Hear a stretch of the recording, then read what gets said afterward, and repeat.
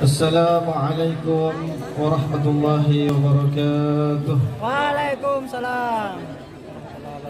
Innal hamdalillah nahmaduhu wa nasta'inuhu wa nastaghfiruh wa na'udzu billahi min shururi anfusina wa min sayyiati a'malina man yahdihillahu fala mudilla lahu wa man yudlil fala hadiya lahu. Subhanaka la ilma lana illa ma 'allamtana innaka antal alimul hakim. Rabbi shrah li sadri wa yassir li amri wa lisani yafqahu qawli. Alhamdulillah, kita bersyukur kepada Allah Subhanahu wa taala karena pada hari ini kita semua telah menghadiri salah satu syariat Rasulullah sallallahu alaihi wasallam, yaitu akad nikah dari saudara kami yang Ustaz Yusuf dan Ustaz Fitriana. Kita doakan mudah-mudahan Allah Subhanahu wa taala memberikan keluarga yang sakinah, mawaddah, warahmah. Amin.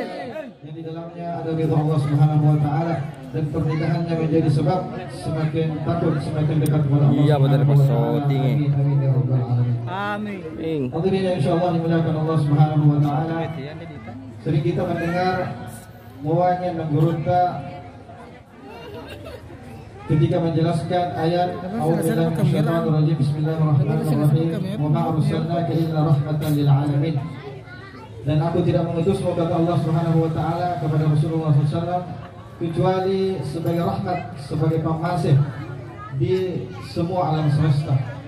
Kata ulama bahwa jati diri Rasulullah SAW adalah rahmat, dan juga syariat yang dibawa oleh Rasulullah SAW adalah rahmat, termasuk salah satunya adalah akad nikah yang telah kita saksikan tadi bersama merupakan rahmat yang dibawa oleh Rasulullah sallallahu alaihi wasallam.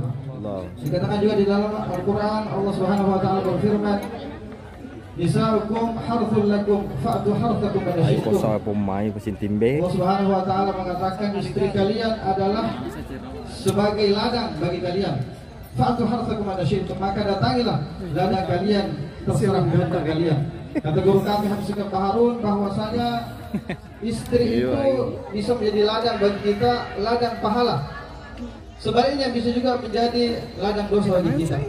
Ketika kita menjalani kehidupan rumah tangga bersama istri kita sesuai dengan tuntunan Rasulullah sallallahu alaihi wasallam, maka dia menjadi rahmat, menjadi ladang pahala bagi kita.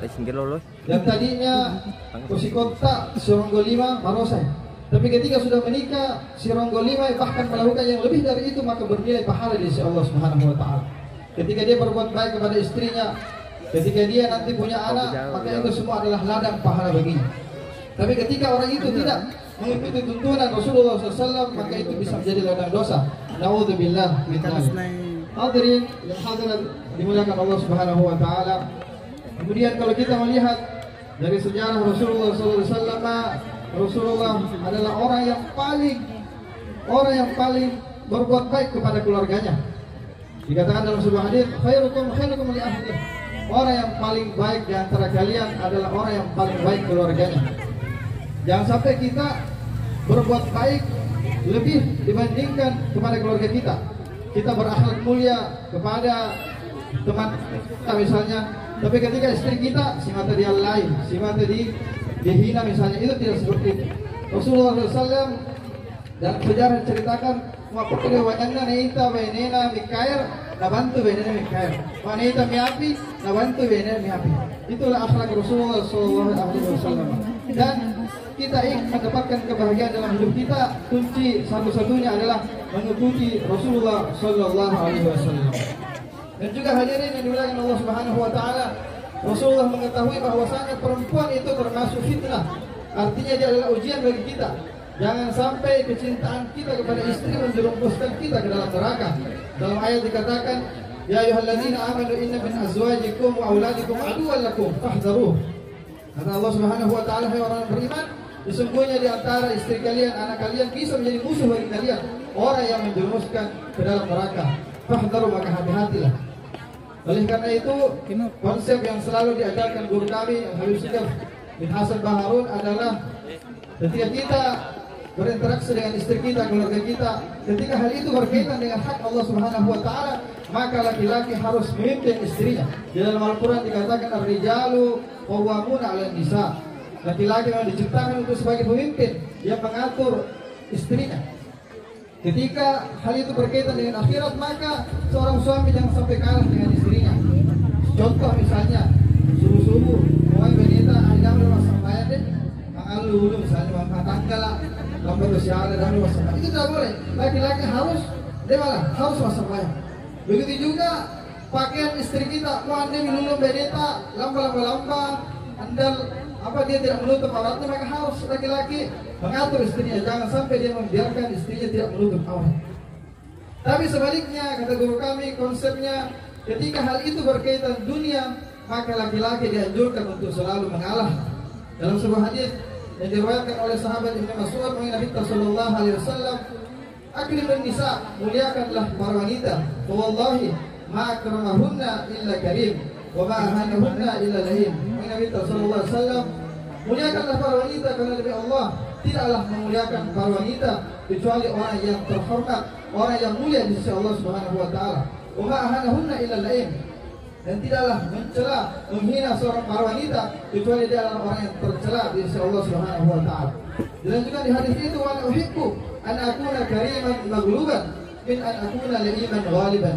Nabi sallallahu alaihi wasallam, dan saya lebih memilih dikatakan kalah kepada istri tapi mulia di sisi Allah dibandingkan saya selalu menang melawan istri tapi tercela di sisi Allah Subhanahu wa taala. Hadis ini kata guru kami bahwa ini berkaitan dengan hal-hal duniawi. Masalah itu wanita misalnya masalah dunia, kita laki-laki harus mengalah. Dianjurkan untuk mengalah. Siwaro atau wanita misalnya masalah cat rumah, siwaro itu wanita warna biru waktu terbalik biru siwaro. Dalam hal ini ketika berkaitan dengan dunia, maka laki-laki dianjurkan untuk selalu mengalah. Karena memang wanita itu tercipta dia lebih memahami yang berkaitan dengan dunia. Laki-laki itu tidak berpaham. Ya. Asal bayuta misalnya, ketika kita berpakaian, laki-laki itu semati yang penting baju. Perempuan tidak, pokoknya harus bersih. Dalam hal ini dunia itu kita serahkan sama istri. Kalau itu baju serahkan sama wanita, nanti marasi dipakai. Jadi kita mengalah kepada istri. Tapi berkaitan dengan agama, kita laki-laki tidak boleh kalah. Masalah pendidikan anak kita misalnya, mereka tahu main wanita, tahu nih psikolog komputer apa. Kita sebagai laki itu malah, pokoknya harus psikolog agama, di tahu bisa. Dia itu malah kalah ketika hal itu berkaitan dengan hal akhirat. Masyaallah muslimin, hadirin insyaallah dimuliakan Allah Subhanahu wa taala. Kemudian yang terakhir yang ingin saya sampaikan, ya, karena cuaca sangat lompat ya. Ingin saya sampaikan terakhir tentang dari perkataan ulama nafas itu para ahli psikologis. Ma'wani inna takshirat az-zawjah fi yawmin wahid yumkin an tuqassir umr az-zawj sanah kamilah. Ma'wani ahli psikologis, ya, sesungguhnya cemberutnya seorang istri satu hari, mudakna seorang bayi, ya, lawanina satu hari saja yumkin an tuqassir umr az-zawj sanah kamilah. Itu memungkinkan bisa mengurangi umur suaminya 1 tahun penuh. Wah, deh. Ya. Macam si mata modai bayi Lomanya itu memungkinkan mengalahkan umurnya. Ya. Sebaliknya, Bapak ta'arati sebaliknya, kalau kamu wahai seorang istri ingin suamimu panjang umurnya, maka selalulah senyum kepada suamimu. Nah ini harus kita perhatikan. Di sana bayi ini yang tidak memperhatikan hal ini, akhirnya masih mati mainan. Ya. Dikatakan di buku itu, di buku majalah tentang bahasa Arab bahwasanya pomelo masih mati mainan, masih mati muda mau, kali muda, lohor muda, sore muda, hari muda, insya Allah masih mati mainan. Ya, apa ya, laki-laki yang pulang dari kerja capek misalnya ustadz misalnya di pondok sudah banyak pikiran, dia harapannya di rumah itu mendapatkan senyuman yang indah dari istri yang tercinta, tapi ternyata kalau enak mudah femina, mau atena, mau alawena turun imun, yang bisa sirupa kumina corona omikron. Akhirnya mati turun. Inilah yang perlu kita perhatikan ya. Bahwasanya kita harus berusaha untuk selalu senyum kepada suami kita. Dan kunci bahagia bagi seorang wanita, jangan sampai senyumnya itu untuk mendapatkan ridhonya suami, tidak, mendapatkan ridhonya Allah Subhanahu wa taala. Jadi niatkan senyum itu bukan untuk suami, tapi mendapatkan ridhonya Allah. Nah, jadi senyum kita macam wanita sudah tidak.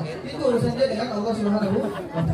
Akhirnya kita berdoa kepada Allah Subhanahu wa taala, mudah-mudahan pernikahan hari ini dan pernikahan yang sudah berlangsung lama dijadikan Allah Subhanahu wa taala pernikahan yang sakinah, mawaddah warahmah, dan juga semoga kita semua dikurniakan anak-anak yang saleh-salehah bisa kita menjadi di hadapan Rasulullah sallallahu alaihi wasallam.